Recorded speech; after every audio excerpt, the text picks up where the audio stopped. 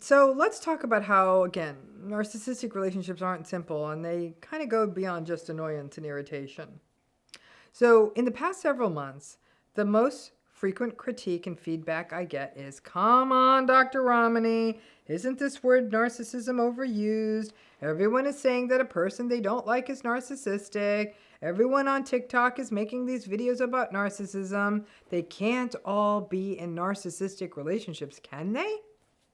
Well, to me, the big problem that comes out of the overuse and the everywhereness of the word narcissism is that people who are really going through these relationships and really getting hurt to them, especially at the moderate to severe end, are being hurt, like deeply hurt, like wounds that can linger for a lifetime hurt. It's not that person, it's not the point here is not that a person is either narcissistic or not.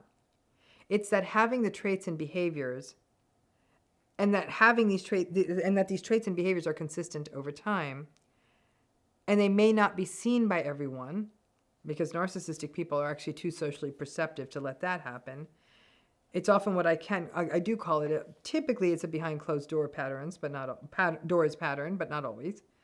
But you see it consistently, and you see the shifting between the good days and the bad. And above all else, being consistently exposed to these patterns, especially in big ticket relationships, like a spouse or a partner or a parent or even a boss or a colleague for a long time, like years, takes a toll on the person in the relationship. Confusion, rumination, self-blame, regret, powerlessness, helplessness, self-doubt, loneliness, a sense of alienation, a lack of trust in yourself and the world. And this stuff can persist even after the relationship is over. Well, what about in mild narcissistic relationships? Isn't what's happening there, isn't that just annoyance? Not necessarily. Mild narcissistic folks tend not to be experienced as being as toxic because their traits aren't as pronounced. For example, their dysregulation and rage are not as scary. They may have the traits that are less interpersonally toxic. For example, the more mild narcissistic may have the more me, look at me, aren't I great, selfie obsessed, appearance obsessed, never call you when you're going through a hard time, but expect you to be their shrink on call when they are kind of thing. They may have lots of friends or a large social network because they're fun and they're extroverted. These relationships, yes, they are annoying and irritating. But if this was your parent, it was not an easy way to grow up. And you likely had to be the parent to them as a child. If this is your partner, it is definitely not always easy to keep a household running because basically it's like having another kid, except it's a kid with a lot of power. So no, narcissistic relationships are not just a person who's annoying and irritating. The big difference is that they hurt. And this is where the social media quick clip video conversation about narcissism tends to come into question. When people post content implying that their relationship is annoying or irritating, and that's because this partner is narcissistic, it can feel like, oh, narcissism just means that a person is annoying, which is a pretty low bar. Or people who are really going through narcissistic relationships and suffering are told, oh, come on, you're just in a relationship with someone annoying, let it go. Narcissistic relationships really deeply wound people. In childhood, these relationships shape our sense of self and frankly our personalities and how we go through the world. It doesn't mean we're ruined or we don't become productive people. In fact, many of the most productive people I know had narcissistic parents. And I think that's because of the perfectionism that a child carries out of those kinds of families as a defense. But it means being a hurt person and struggling with core wounds and fragmentation and hypervigilance and trust and never quite feeling quite enough for a long time. In adulthood, it's not just a broken heart. It's a broken heart where you feel crazy, and that infects your soul and your mind.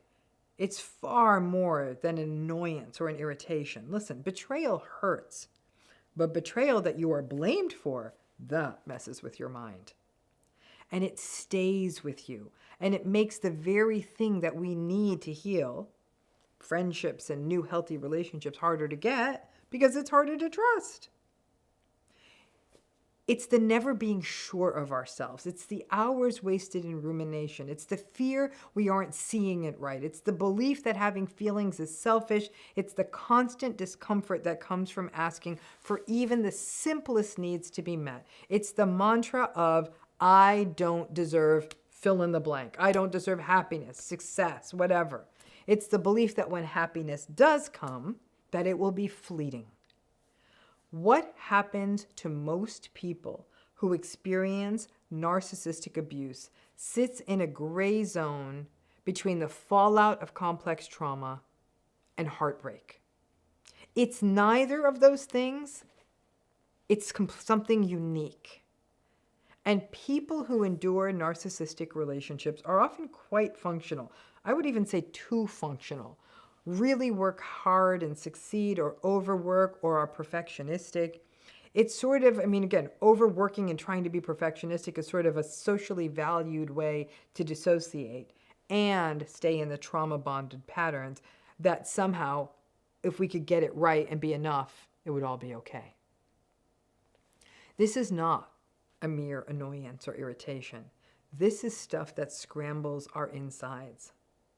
So if you are looking at content that implies that the narcissistic relationship is merely an annoyance, and by extension, then it feels like you are being a bit fussy at having such a strong reaction to it, I think that misses the boat and simplifies it.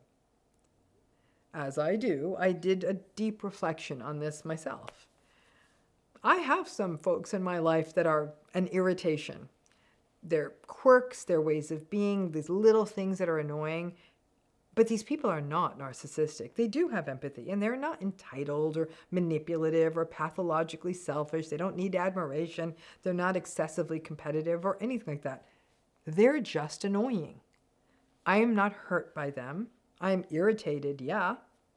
Sometimes I roll my eyes if I need to deal with them. I don't really want to spend more time with them than I have to, but I'm not hurt, and I don't ruminate, and I don't doubt myself, nor do I have a sense of shame or feel anxious at the thought of being with them or after being with them. Now, when I compare that experientially to the narcissistic people in my life, it's not even the same thing. With the truly narcissistic people in my life, I feel guilt. I feel grief. I have somatic reactions like a tightening in my throat and a tension in my body. I feel anger and anxiety and injustice. I try to think of ways to get out of it. I always feel depleted afterwards. I question life and I lose trust in myself. That is not irritation, folks. And an annoying person would never leave us feeling like that. So turn this video into an exercise for yourself. You can, after you listen to this part, you can even pause the video. But grab a piece of paper and draw it in half, like make a line in half, and write annoying on one side and narcissistic on the other. And list the names or initials of people you know who fit those two columns for you. And then you can write it out or just pay attention. How do you feel when you're with them or after you've been with them? The differences will be very clear. So let's not muddy the waters of this conversation about narcissism by calling every single person who gets under our skin narcissistic. This is a lot more complicated than that. And simplifying it to just being mere irritation can impede the real healing and frankly understanding the suffering of people who are going through this. Thanks again.